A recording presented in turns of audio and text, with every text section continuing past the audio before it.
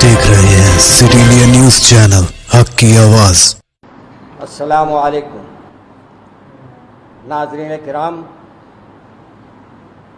क्योंकि जुम्मतुल विदा फिर ईद का मौका करीब आ रहा है और इस सिलसिले में मुसलसिल फ़ोन आते जा रहे हैं कि इस सिलसिले में आप हजरात का क्या फ़ैसला है, क्योंकि लॉकडाउन पूरे हिंदुस्तान में है और ये लॉकडाउन का सिलसिला चल रहा है।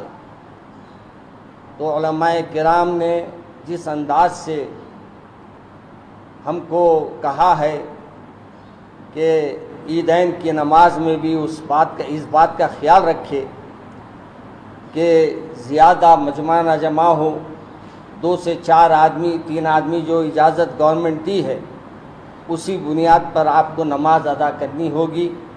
और साथ में हमारे उलमाए किराम ने ये भी कहा है कि अपने घर के अंदर भी आप ईद की नमाज अदा कर सकते हैं और उसके बाद अगर खुतबा कोई देने का अहल है तो वो खुतबा भी दे सकते हैं। और बाज़ उलमा ने ये लिखा है कि अगर आप नमाज से चाश्त पढ़ ले तो वो भी काफ़ी हो जाएगा। तो हमारे को आपके सामने आने की ज़रूरत इस बात से पड़ी क्योंकि हमारा बयान तो अखबारों में शाये हो चुका है ऑलरेडी, लेकिन आज आने का मसला इस बात से ज़रूरी था कि मुसलसिल जो है लोग आपको ये पूछने पे मजबूर कर रहे, यही पूछना चाह रहे थे कि आप क्या फ़ैसला कर रहे हैं। आप लोग अगर आप अखबार के बजाय टीवी पे आकर बोले वो बेहतर रहेगा। तो यहाँ के हमारे मौलाना मुगनी साहब से और हमारे मौलाना अनवार साहब से और मौलाना हमारे मुफ्ती साहब से भी और हमारे अंसारी साहब भी मौजूद हैं, हमारे बहनोई साहब भी।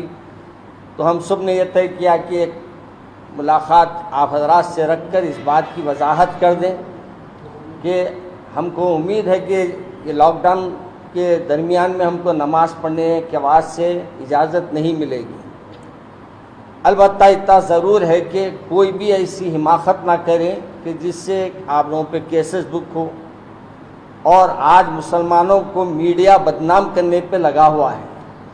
अभी देखिए आप तस्वीर कहीं की भी नहीं है, कब की तस्वीर निकाल कर उसको आज के हिस्से में जोड़ दिया गया और मीडिया पे चला दिया गया कि मुसलमान भेंडी बाजार में नज़र आ रहे हैं। तो ये हुकूमत जो है यानी बास टीवी चैनल्स ऐसे है जो मुसलमानों को बदनाम करने की हमेशा कोई ना कोई साजिश करते रहते हैं। इसलिए आप हजरात के साथ मिलकर ये बात उन तक पहुंचाना है जो हमारे चैनलों को देखने वाले हैं कि हम इस लॉकडाउन का हमारे को इस बात से भी ख्याल रखना है क्योंकि ये बीमारी के बारे में अभी तक कोई उसका मुतबादिल कोई इलाज नहीं निकला। अगर कोई इलाज निकलता या कोई टीके होते या कोई और चीज़ होती तो फिर उस सिलसिले में हम आपसे कह सकते थे कि भाई ये बीमारी का इलाज है। अब ला इलाज बीमारी है, अल्लाह से दुआ कर रहे हैं हर रोज़ कि हमारे ये बीमारी को दफ़ा फरमा दे। इंशाअल्लाह अल्लाह तबारक व तआला रमज़ान में उन रोज़ेदारों की दुआओं की बरकत से इस बीमारी को टाल देगा इंशाअल्लाह।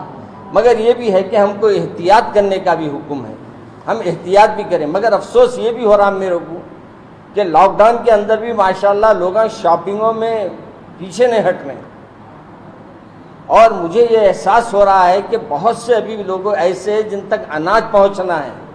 बहुत से ऐसे लोग हैं जिनके पास अभी भी खाने को खाना नहीं है, मगर हम उनका ख्याल नहीं रख के अपने कपड़ों पे अब तरजीह दे रहे हैं और ये कोशिश कर रहे हैं कि हम कपड़े पहनेंगे।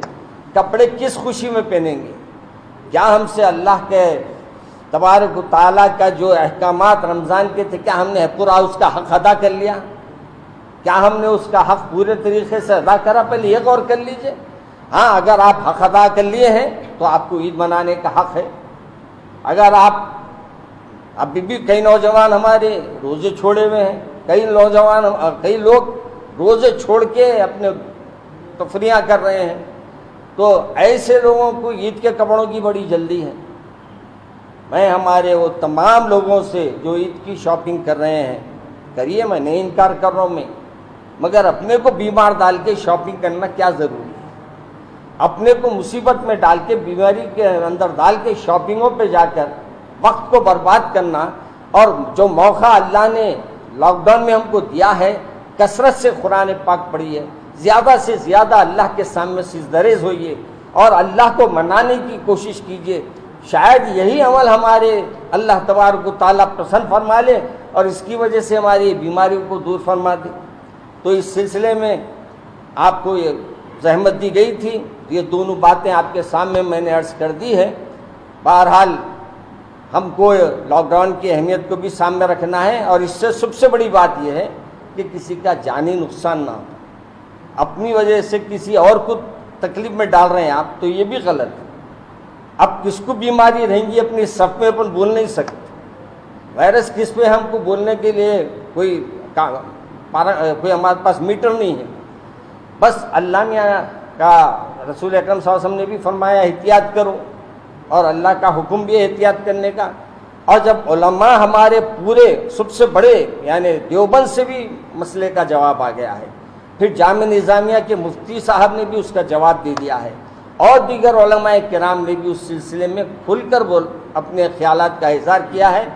اس لیے میں آپ تمام سے دو گزارشات کے لیے آپ سے آج وقت لیا تھا، آپ کو زحمت دیا تھا، میں آپ تمام کا شکریہ ادا کرتا ہوں کہ آپ نے وقت دیا۔ السلام علیکم۔ مساجد میں تو اپنے اپنے ائمہ ادا کریں گے، ان کے 4-6 مصلی جو بھی آئیں گے ان کے ساتھ وہ ادا کریں گے، لیکن جو حضرات کو مسجد میں جانے سے، کیونکہ سختیاں ایک دن اضافہ کر دیں گے وہ لوگ، کیونکہ ہمارے ہر عمل سے ان کو دکھ وہ تکلیف پہنچتی ہے، تو لازمی ہے عید سے ایک دن پہلے وہ لوگ سختی زیادہ کر دیں گے، اور وہ سختی میں ہم کو مساجد کے سامنے ہی زیادہ لوگ پولیس کو کھڑا کر دے رہے ہیں۔